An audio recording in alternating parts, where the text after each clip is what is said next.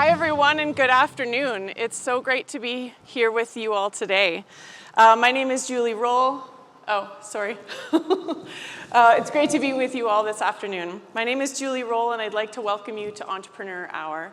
I'm the founder of Revivis Consulting. We work with organizations, First Nations, municipalities, and families to help make life more sustainable. I've had the pleasure of attending all of the Energy Disruptors Summits since they began, and I've never missed an Entrepreneur Hour yet. And so I'm really excited to be hosting this this year. I love hearing from the variety of speakers, from the people who are on the front lines, creating innovation where often regulatory frameworks don't even exist yet. So we get to hear a firsthand account today, which is pretty special. Before I introduce our first speaker, I'd like to acknowledge this land and the keepers of it. I'm a third-generation settler to Treaty 7 territory and a sixth-generation settler to Treaty 2 territory in Manitoba. This place where we stand today has been a gathering place for many millennia. The Blackfoot name for Calgary is Mokinstis, and that roughly translates to elbow and refers to this place where the two rivers meet. In the spirit of respect, reciprocity, and truth, I want to acknowledge the keepers of this land and give thanks to the many generations of folks that have passed through this place. I give thanks to the Arhe Nakota nations of Chiniki, Bearspaw, and Goodstoney. I give thanks to the people of the Tsuut'ina Nation and the Niitsitapi people of Siksika, Piikani, and Kainai First Nations. I acknowledge that this territory is also home to Métis Nation within Alberta Districts 5 and 6.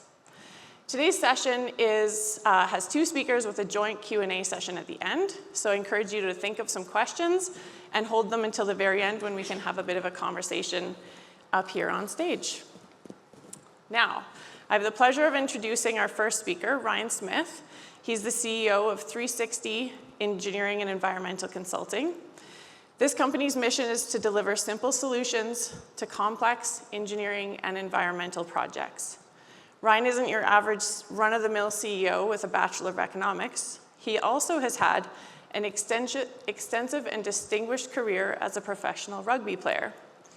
It's clear why he was inducted into the Canadian Rugby Hall of Fame, as he served as the former captain of the Canadian team, participated in 3 Rugby World Cups, and played professionally in France and New Zealand. In his talk, titled Blood, Sweat, and Beers, Ryan's going to share with us how his past life as an athlete has prepared him for entrepreneurship today. Please join me in welcoming Ryan to the stage.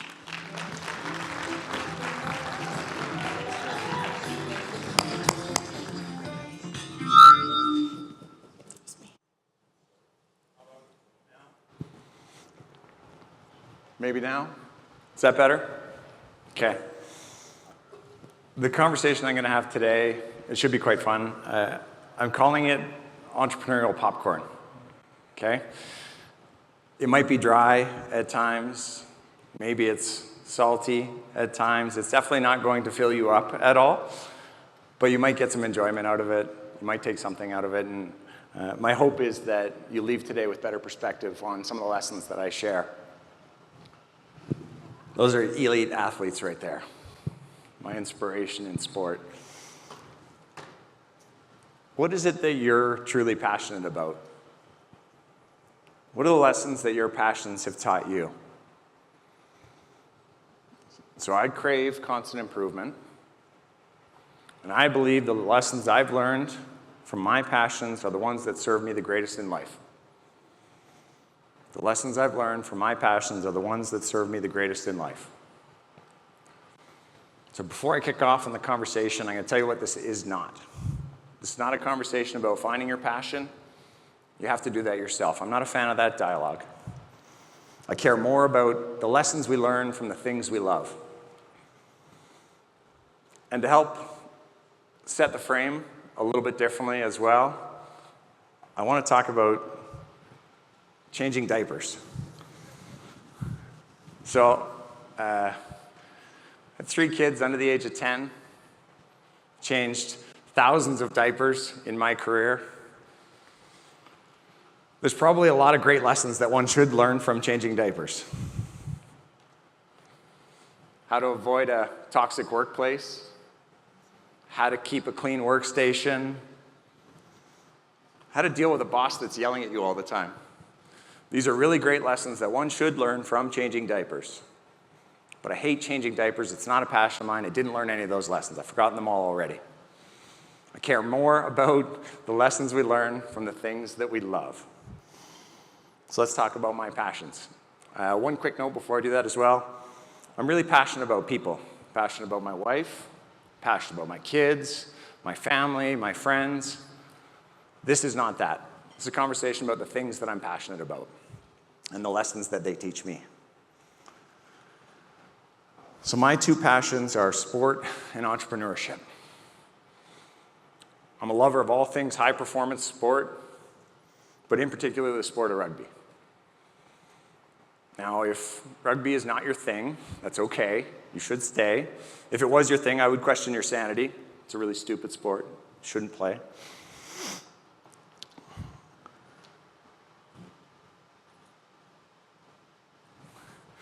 It's not a bad picture. I like it anyways. It reminds me of good memories. So if it's not your thing, though, I'm going to hope that when I share my lessons today, that you'll see my passion for sport has lent itself to my passion for business, and that the lessons I've learned across both of those continue to serve me to this day. I always knew that I would become an entrepreneur. My parents worked for themselves. They were entrepreneurs in the world of breeding and raising horses. I learned a ton of great lessons from them. Today, I'm on my second business as an owner. In this one, I'm a proud co-founder and the CEO. Our business, 360 Engineering Environmental Consultants, started in 2016 with 3 people on the side of a desk, based here in Calgary, and today is over 150 employees working in multiple countries around the world. We solve some of the most complex site restoration problems that exist inside the energy sector, and we've helped transform the way that a lot of people in energy in Western Canada anyways look at site closure. It's a business that I'm really proud to be a part of, and in some small way we are energy disruptors. And every day that I go to work at 360, we learn a ton of new lessons. I learn a ton of new lessons for everybody that I work with. And new lessons are awesome, but I also lean on a bunch of the lessons that I learned from my past life, my first passion. And that's the sport of rugby. Why rugby? You should ask. I was garbage at hockey is the answer. I don't know how to play very well. Like any Canadian kid who ends up playing rugby, you're garbage at hockey typically. But at the age of 14, I was introduced to the sport by an enthusiastic gym teacher. That man over there on the left, Kirk Robertson. And I fell in love with the sport instantly and have had a passionate love affair since. At the age of 21, I made my first representative side, an age grade representative side. At the age of 23, I made the senior team. In 2003, I was selected to represent Canada at the pinnacle of our sport, the Rugby World Cup. I went on to represent Canada again at the 2007 and the 2011 versions. A long career as a player, as a leader, and as a captain. I had the privilege of being a custodian of a Canadian jersey 51 times. I met a number of great friends, traveled the world, and learned a bunch of great lessons along the way. It's on those lessons that I would like to chat today. Who here knows what the haka is? Hands, maybe? Anyone?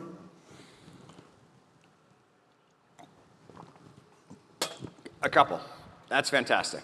The haka. So picture this, 2011 Rugby World Cup. Canada's playing New Zealand. It's the last pool game of the tournament. Canada's going home, having not qualified for a quarterfinal. New Zealand's going on to a quarterfinal win, and eventually to win that Rugby World Cup. We don't know it yet. It's there that I faced my third and final haka of my professional career. So the haka, for those that didn't raise their hands, it's a traditional Maori war dance that's performed at the start of every All Blacks game. And in rugby, it's partly designed to pose a challenge and pay respect to the opponent in the coming battle. And when you see the haka on television or you watch it in a stadium, it's a loud and exciting experience. When you witness the haka on the field, 10 meters from the greatest team to ever play sport, it's an experience that's something altogether different. Now, in this instance, October 2nd, 2011, 13 years ago tomorrow, the haka was led by a gentleman named Piri Wipu. Now, Piri is effectively a 5'9" refrigerator on feet. He's a large man. In real life, he's a very soft-spoken individual. Oh, yeah, hey, bro, how you doing, bro? Really friendly guy. When he leads the haka, though, most would think that he would want to tear your head off. He probably does. He probably tries. So in this instance, I'm going to give you a sense now. This is where I'm going to embarrass myself, okay? I'm going to give you a sense of what this is like. I'm not going to do the haka, I promise, but I'm going to give you a sense. So what happens once you sing the anthems, sing the national anthems, stadium's filled, 40,000 people, Canadian team takes the halfway line, shoulder to shoulder like this, arm in arm. The All Blacks stand facing you on the 10-meter line in this triangle formation. It looks a lot like this stage. And Piri, my friend the refrigerator, is walking in between the players. That's why I'm pacing. He's walking between the players. And when he starts walking, the crowd starts going, ah, the noise starts building. And there's a microphone sitting in between the two teams, so the waves of noise come over top of you. And Piri stops, picks somebody out. Karite! And the crowd goes, ah. He walks around again, he picks out somebody else. Karite! Ah, somebody else yells out. His eyes are coming out of his head, blowing air out of his mouth like this. Stops, looks in the middle. Waikamu! 22 guys on the other side. Hi! That's how it starts, okay? The whole experience lasts maybe 30 seconds. Some people, it feels like an hour. The All Blacks finish, hands on the hips. I need that. With their hands on the hips like this, tongue stuck out. Canadian team gives one last squeeze. Your heart's pounding out of your chest like this. You feel like you can run through a brick wall. Take your respective sides to begin the match. And that's where, in that moment, I learned the first lesson that I'd like to share. So on that day, October 2nd, 2011, the Canadian team chose to come into the stadium. We chose to go down the tunnel. We chose to cross the white line that's on that field. We chose to face the haka. We chose to enter that arena.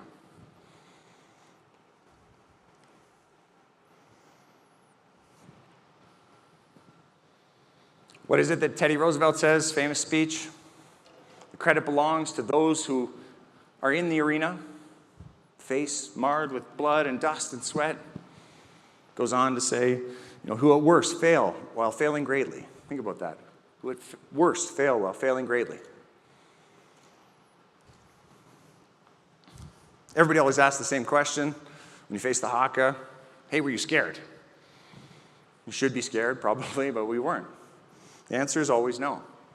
No, because we had done all the work, we prepared ourselves in the right way, and we'd actually done the last thing that's the most important step that seems small, but it's actually quite big, is we decided to enter the arena.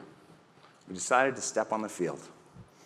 I'll tell you a similar analogy for those not in the sporting world, in the business world. When I quit my job to become, effectively an energy garbage man, this is what we do, an energy garbage man, it's something I should have been afraid of, likely. But I felt like I'd done the work, I felt like I was prepared, and all I needed to do was take that last step.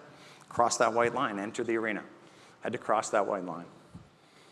So I asked the question of everybody, you ever stood face to face with something that should have been really scary and instead chose to take that step? Maybe it's a big thing, maybe it's a small thing. This is the question that you need to ask yourself. Now, if I'm you and I'm listening to what I'm saying, you say, hey, great, thanks for the advice, Ryan, go do hard things. That's useless. Not very poignant advice. So we'll break it down another step. Let's talk about some of the skills that you need to actually enter the arena. There's a million things you need to do. You need to be technically competent, you need to be smart, you need to be engaging, all those things. But the skill that stuck with me the most, that is the second lesson, is the skill of grit. So now most people would argue that grit is a personality trait. I think it's a skill. I think it's a skill that you actually have to work on. So let's talk about grit. I was going to sing a song now. Let's talk about grit, baby. Song? No? Chuckles, that's good. Maybe a few. So the science in rugby tells us that every 80 minutes of top-class rugby is the equivalent of 30 car crashes. 30 car crashes. They're slow-speed car crashes, 25, 30 kilometers an hour, but 30 car crashes every 80 minutes. Rough math on my career puts me at about 4,500 car crashes in a lifetime. Yes, I wince as well, but that seems like a tomorrow problem. I'll worry about that later. In those same 80 minutes, rugby players will burn around 3,000 calories running 6 to 10 kilometers at a moderate or sprinting pace. In my opinion, it takes a little bit of grit to play top-class rugby, any rugby for that matter. So grit, as defined by Angela Duckworth in the fantastic book by the same name, is a combination of passion and perseverance towards long-term achievement. Passion and perseverance towards long-term achievement. 2 formulas for success that Angela describes inside of this book. If you haven't read it, it's great. 2 formulas inside of that are talent times effort equals skill, and skill times effort equals achievement. Effort shows up twice inside of those equations. 2 times for effort, 2 times is gritty. That works for me. It's tied into the business world, something that is, many people can probably relate to, a gritty moment. March of 2020. COVID arrives, the world blows up. Here, price of oil goes to negative. We had, like many others, a business that was flying that went grounded immediately. Clients cut all their budgets to zero, projects canceled. We laid off 20% of our staff, cut all the salaries. Felt like we'd been in a bus crash, let alone a car crash. But we had a lot of love for that business. We had a lot of passion. We rebuilt, we redesigned, we redirected. What does Angela say? Passion, perseverance, effort. We had all those things. So I ask you this question: how's your grit? You ever been afraid of starting something for fear of failing? If I had that, I probably wouldn't have ever played for Canada. In rugby, we didn't win as much as everybody else. I don't know if you know this. When was the last time you put yourself in a hard situation intentionally? This talk is my version of that. When was the last time you picked a fight with somebody that you knew you couldn't win? Metaphorical, maybe it's real. You should try playing the All Blacks. Chances of winning are quite low, in my world anyways. And when was the last time you dedicated yourself to something that you knew wouldn't pay off for an extremely long time? These are the questions that I want you to ask yourself in a quiet moment when you come away. Say, am I building the skill that is grit? Stay with me.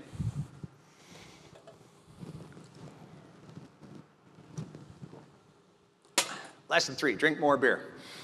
It's not. So, lesson 3, I'll tell a story from the same game. 2011 Rugby World Cup, Canada versus New Zealand. We play that match. 80 minutes, we batter the crap out of each other.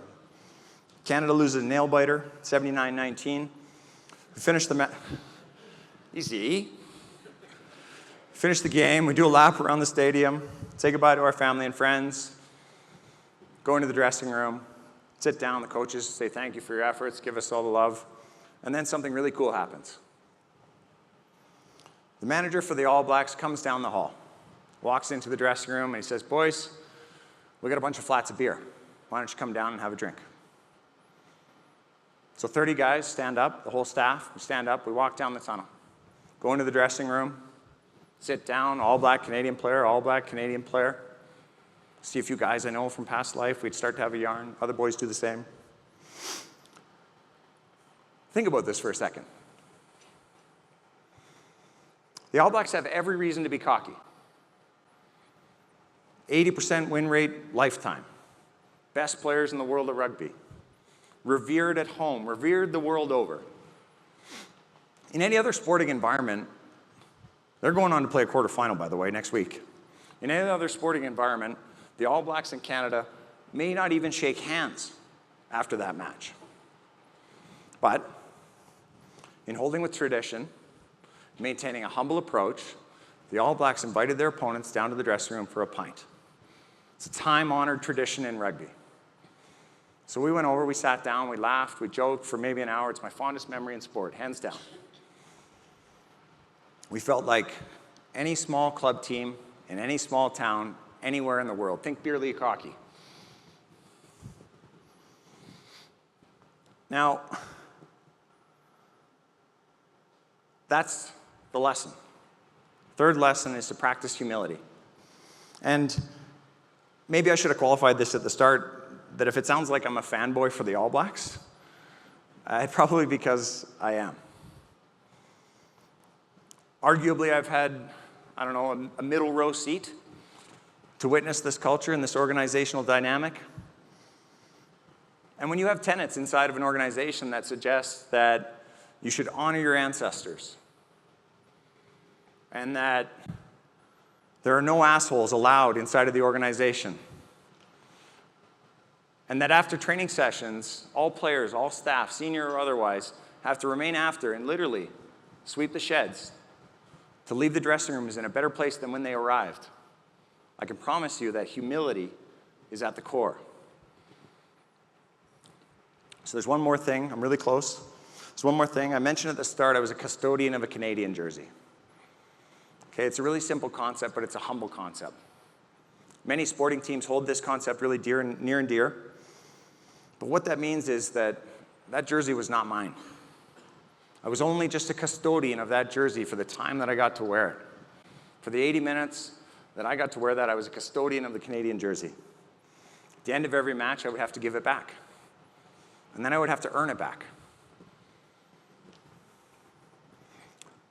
So every day that I come to work at 360, I think to myself, as a leader, what have I done to earn my seat today? I ask you the same question. What have you done to earn your seat today? It's an interesting concept, maybe a humble concept, maybe one that you haven't recognized before. Other humble questions you might want to ask yourself in the same scenario is, when was the last time you opened yourself up to some really candid feedback? When was the last time you were really open about discussing some of your own personal shortcomings? Or when was the last time, perhaps, that you took on a task that on paper is deemed beneath you? Maybe you have to change some dirty diapers every now and again, right? So it's this type of approach in business, anyways, that allows me to never have to feel like I'm the smartest person in the room. This is very easy for me to do. Never have to worry about being the smartest person in the room. I can always ask questions from a really simple standpoint without fear of feeling stupid or looking stupid, because I take a humble approach. It's this humble approach that allows me to maintain a consistent and constant approach to continually improving. Are you practicing humility? It's the question I would ask. So as I tie it off now, because of my love for sport and entrepreneurship, I've learned 3 great lessons that continue to serve me today. Number 1, to enter the arena, remember, you just have to step across that white line. Number 2, work on the skill that is grit. It's a great skill to have in anything. And number 3, practice humility. What are your passions teaching you? Thank you very much.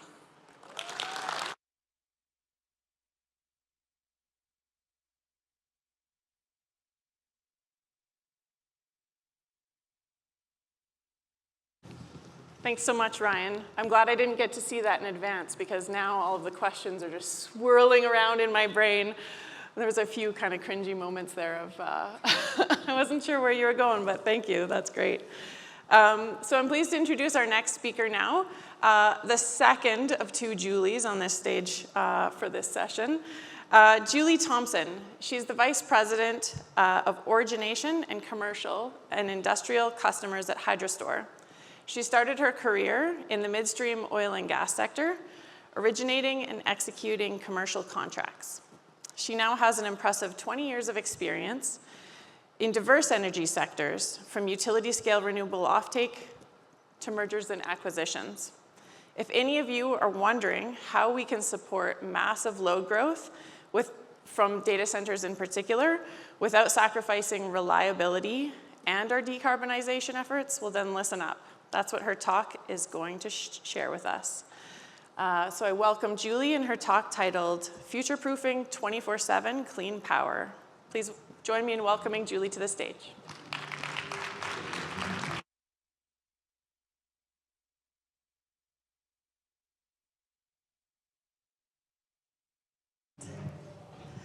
Well, welcome, and thank you so much for stopping by this session. I want to thank Energy Disruptors for giving us the opportunity to share with you today. There's a lot of great speakers on the stage, a lot of great content, so I hope you're enjoying. But today, what I want to talk to you about is future-proofing a really decarbonized grid. How do we reach 24/7 clean power with the technologies today? And so, my name is Juli Thompson, Vice President of Origination, and I focus on data centers and industrial loads for HydroStore. I'll tell you more about HydroStore in a moment, but right now I want to talk about load growth. So significant load growth coming from C&I sectors. We see data centers, they're obviously the largest demand growth in this sector. And then two, there's also corporate electrification. So corporate electrification are companies that are wanting to remove all fossil fuels from their operations. So that could look like electrification of heating and cooling, but all increase net electricity load. Then there's also EV growth, which is different from consumer EV growth. These are corporates that are investing, like Walmart and Amazon, in long-haul electric trucks, as well as last-mile deliveries. So that package that's coming to your house is being delivered with an electric vehicle. That requires charging stations at distribution centers, and all across, there's tremendous net load growth that's happening. So let's dive into data centers and talk about hyperscaler activity. We all know the big names. It's Amazon, Google, Microsoft, Meta. And just to give you an idea, so between those four, and that's just four of the major hyperscalers, they have an estimated 9 gigawatts of data center capacity today. And that's expected to triple by 2028. So last night, my colleague Will and I, we were trying to figure out how do we quantify the size of this growth. So we did a little Google search and found that yesterday in the AESO, so Alberta ESO, the net electricity load was just about 9,000 megawatts, or 9 gigawatts. So when you think about the entire AESO having 9 gigawatts of load, these four data center companies have that today, and it's expected to triple in just a few short years. So let's talk about where these markets are growing. One of the major growth markets is Virginia. Virginia is the second largest data center growth market in the world, behind Beijing only. So Virginia is experiencing 10 gigawatts of estimated load growth by 2028, and that's in just that state alone. So unprecedented growth, they're expected to exceed that power consumption, and there's companies like Amazon investing $35 billion through 2040 into more data center growth just in Virginia and Dominion Energy territory alone. Moving to Dallas, so Dallas is another ERCOT. It provides a lot of advantages for data centers. They can get fast access to generation power. It doesn't have to be clean, but there's solar and wind and storage that the interconnection queue process takes roughly 2 years, whereas in other markets it may take 5 years, 7 years if you're thinking about MISO or PJM. But Oncor is an electric utility that really serves kind of this Dallas market. So it's not including Houston, not including San Antonio or Austin, but Oncor has roughly 60,000 megawatts of data center interconnection requests. So the demand is huge. And then moving on to Phoenix. They're also seeing explosive growth. So QTS is an infrastructure data center provider. They'll go in and build data centers. To give you an idea of what this is like, so one single building of a data center could have a load of 50 to 100 megawatts each. And then they'll string 4 to 40 data center buildings together. So you're seeing 1,000 megawatts and 2,000 megawatts of load growth in a single campus in one single geographic region. So QTS is building their third data center campus, 750 megawatts. Tract is doing the same thing. They're investing $14 billion into a 30-building campus, and that's all in the Phoenix area. Then, of course, there's Taiwan Semiconductor chip manufacturing, so they're investing $64 billion into a chip manufacturing factory. And these are all loads that require 24/7 power. Not to mention they'd like it clean, but they just have to get power first. A few other notable markets, so you've got Ohio, Indiana, Wisconsin. There's data center announcements that are happening everywhere in addition to these states, but you can see there's billions and billions of dollars that are going into data center growth, and that's just data centers, but also this AI explosion. So what this is doing is it's creating a ton of challenges for utilities. One, how do they serve this load? It's 24/7. How do they serve you and I, our homes and our businesses and hospitals? So there's a lot of challenges across ISOs with this kind of significant demand growth. But then there's also unique market challenges. So in the Pacific Northwest, like say Oregon, there's policy that doesn't allow any new generation to be fossil fuel. So you can't build any new natural gas. If there's going to be data center expansion there, it requires clean energy projects. In WEC, so think about WEC as the desert southwest of the US, excluding California, so Arizona, Nevada, they're experiencing constrained natural gas infrastructure. So they're going to have to go build lots of more pipelines, lots of more natural gas facilities just to serve that Phoenix load that we just talked about. And what they need is they really have a vast amount of renewable resources, so a lot of solar production going on. Some of that gets curtailed. So when we have too much solar going onto the grid at one time, it constrains transmission and it gets curtailed. So long duration energy storage could store that solar and then deliver it to those overnight critical hours to meet data center loads. But what we need in order to build long duration across any market is market redesign. And so what I mean is we need utilities to recognize that they need specific procurements. We need states to say there's a policy that says utilities, you have to procure long duration energy storage to fill these gaps because there are critical hours, especially when we're increasing the net load growth this much. But what utilities need to recognize is that technologies like HydroStore, it takes us 4 to 6 years to develop and build a project. So you need to procure us today to meet a 2030 load growth tomorrow. So there's regulatory framework. We need to be incentivized. Right now, there's some markets that will only pay 4 hours of storage. So regardless if you're bringing an 8-hour product, you're still only being paid for 4 hours. So there's market constructs that need to change. But there are some markets that are doing it successfully. So California is one. California already has a 1 gigawatt mandate that says utilities must procure a gigawatt of long duration energy storage. And that means 8+ hours of storage. Then there's other markets that are signaling, New York, Ontario, the UK. These are markets that are saying we've identified there's a need and we need to create a framework to allow these projects and these investments to come in and build to serve this grid. So where does A-Case fit in? So A-Case, HydroStore. HydroStore at a glance, we're founded in 2010. We're based out of Toronto, Canada. We're backed by Goldman Sachs Asset Management and CPP Investments. We are a technology developer, provider, owner, and operator of advanced compressed air energy storage, so A-Case. And so A-Case, I'll just kind of give you a quick overview of the technology. There's a lot of content on the screen that you can read, but I'm going to break it down very simply. So we will go and look for hard rock geology, so hard granite rock. We'll go about 2,000 feet under the surface and drill out a hard rock cavern. We'll fill it with a one-time fill of water. And then say we're in a market like California. California has excess solar. We can take that solar energy, run air compressors to compress air, store the air into the underground cavern, which displaces the water to that surface reservoir. And that's when we consider our battery fully charged. So think about us as an underground battery, but we're not a lithium-ion technology. We're air and water. So when it's time to deliver energy back to the grid in those peak hours in the evening, you open the valve, water pushes air out of the cavern, which spins a turbine and generates power to the grid. So CASE has been around for many years, since the late 70s. There's a project in Germany, there's one in Alabama, one in China.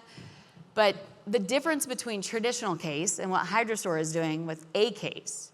So traditional case is using salt caverns, and we are using hard rock, so that we consider ourselves more flexibly sided. We're more prevalent hard rock than salt caverns in the country. But then the other major difference too is when you're discharging air out of that cavern, you need to heat it. Traditional case is using natural gas to heat that air, to expand it, to spin a turbine. We're storing the heat during the compression process and re-injecting that to expand the air and deliver energy to the grid. So we're considered an emission-free project. We're a 50-plus year asset life, long duration, and we're low cost when deployed at scale. So who is involved in this? And I think this is one thing that's really interesting about HydroStore is we're taking an existing workforce.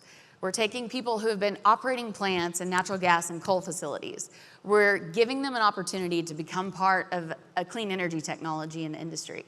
So you've got engineers, commercial contracts, land, permitting, attorneys, everyone can transfer these types of skills over into this clean energy industry. But I know we only have a few more minutes, and I wanted to give you an overview of our projects. So Godrich, that is our operating project in the Toronto area. So it's 2 megawatts, 4 hours. And that's in Toronto. It's got a contract with the IESO to provide grid reliable services. Then Silver City, so we have 2 late-stage development projects that we're developing. Silver City is in New South Wales, Australia. It's 200 megawatts, 8 hours. So it's delivering 200 megawatts for 8 continuous hours, or 1,600 megawatt hours. We're contracted with Transgrid, and Transgrid is providing the community of Broken Hill with a reliable grid. So the transmission artery providing this community is being backed up by diesel generation, and so what we're coming in is we're providing that grid reliable service in an emission-free source. The next late-stage asset we have is Willow Rock, and so that's Kern County, California. This project's 500 megawatts, 8 hours, so 4,000 megawatt hours. We've got about 40% of it contracted with a community choice aggregator in California, and then we're shortlisted with some other major utilities there too to provide resource adequacy and energy settlement. But that's all the time that we have right now, so I thank you and appreciate you joining the session.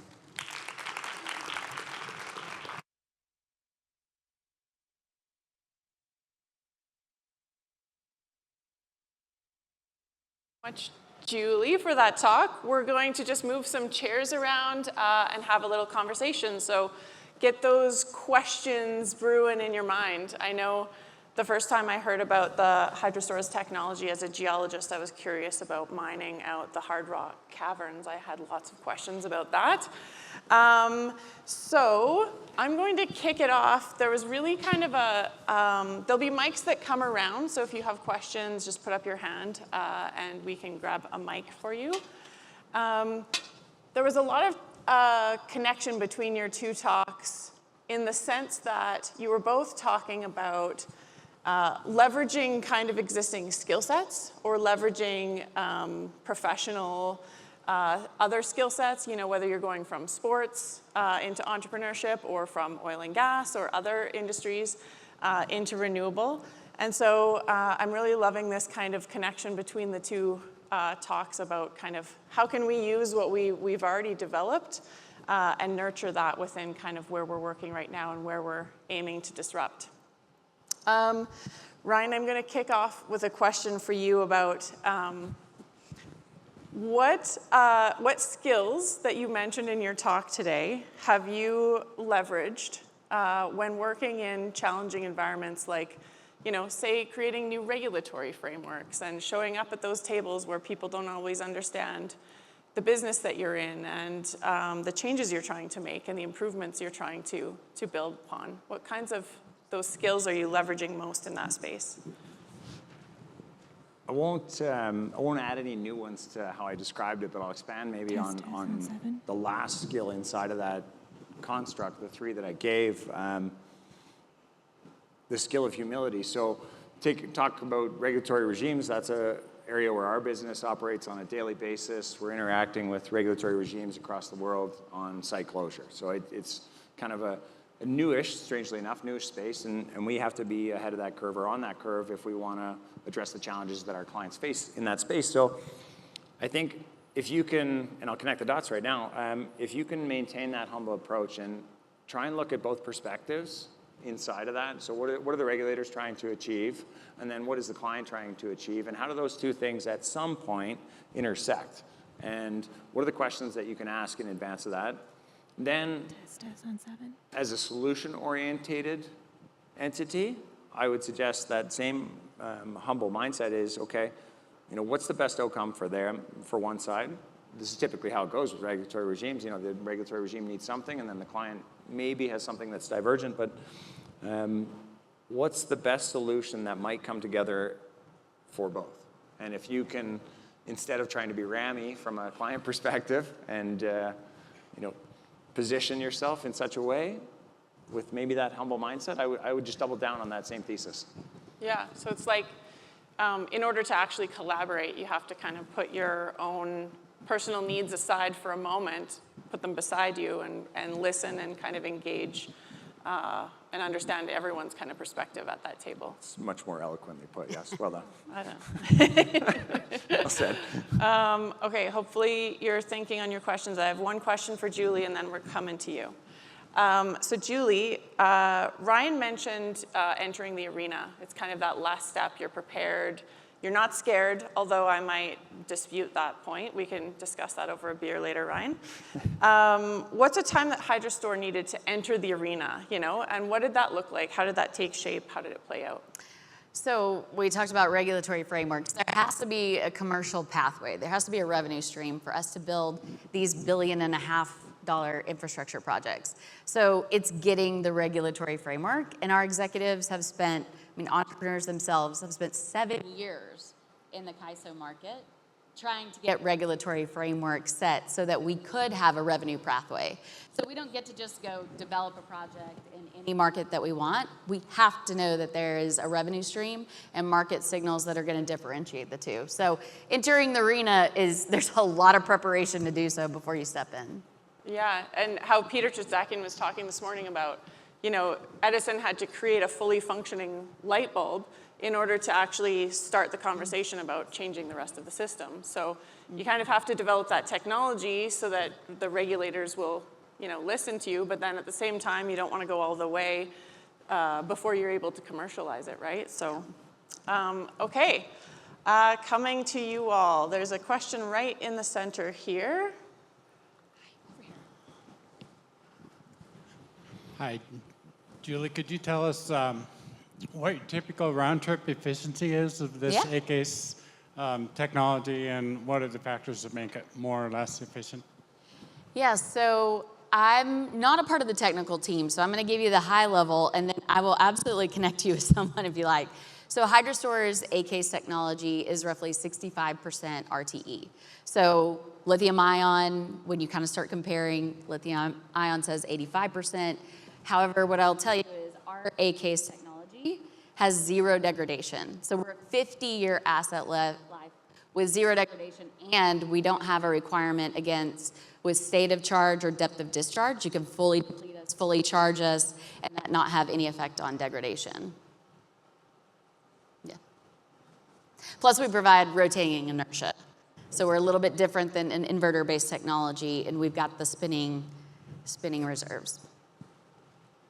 Okay, other questions? Looks like there's one over here. Hi, Julie. Good to see you. Can you hear me? No. Testing? Hello? Yeah. Hey, Julie. Good to see you. We met back in InfoCast when you were fresh at HydroStore. Yeah. 2 quick questions. The first, kind of leading on that trend, is what is the upstream renewable nameplate if yours is 1 gigawatt? Is it 2, 4 gigawatts to get you to your nameplate to be 8-hour duration? And then the second question is for C&I. Do you also engage off-takers in the hydrogen and or Bitcoin space, given the value prop of your long-duration storage? Yeah, so I'll have to follow up with you on your first question about the size of renewables. But when it comes to hydrogen, so it's been an interesting discussion with that sector. What I have found is there are hydrogen or green ammonia or power to X companies that It's really depending on their contract structure. So if they have, say, a European offtake, they're looking to get all of their renewables right on site, or they can point to it, versus, say, if you're on the Gulf Coast of ERCOT and you're getting your wind from ERCOT West or the Panhandle. So I think that part of it depends on what does their offtake look like, then firming up that amount of renewables. So if you have coastal wind and solar competing at the same time, you're going to need more long duration. I think that there's also different places in the globe that we've been having discussions where it will be key, because there's maybe not so much a solar resource and it's more wind. But yes, it's absolutely a conversation. We just need projects of size. We have to deploy at 500 megawatts, so. Great, thank you. Other questions? We've still got a reasonable amount of time up front here. This is great. These lights are blinding though, so if I don't see your hand right away. All right, question for Ryan. You mentioned you started with 3 people at the side of a desk. Can you describe the challenges that you and your team faced acquiring your first customers as a small startup? So that's a really good angle. We took the approach of, okay, we see a major problem in industry first and foremost. We validated it across a number of potential like-type clients before actually putting anything in the market. So that would be kind of the approach that I would suggest first and foremost. Don't design the widget first. Check the market conditions, obviously, and this is, stating the obvious, but I would check the market conditions and then validate, and this is a lot of step that I think a lot of entrepreneurs miss is, I got a great idea and it's going to solve everybody's problems, but you haven't figured out whether or not somebody actually has that problem. So we took that lens towards it, said, okay, here's what we think is a tidal wave of concern coming at industry. We don't think it's yet heavily regulated, and this is a potential solution that could support some of those dialogues. And then we said to the client, we said, is this a pain point for you? Is this something that you feel on a regular basis? And then we kind of copy and pasted and repeated that process over and over until we had enough momentum, and then you don't feel any of that pressure because the clients come to you. You've designed a solution, and that's not as easy as it is, I swear, but that's how we design it intentionally. Does that answer? Was that, you kind of described the curve of getting the client and then repeat. Was it a little slower and longer though than, Oh yeah, it looks like this. There's none of this. That doesn't occur. That's Sure. not real life. Sure. Yeah, it's kind of step changes like anything, and our business is not so much a technological shift, like a massive shift, as it were. And so there are more mini step changes, as it were, Yeah. I'd say. Yeah.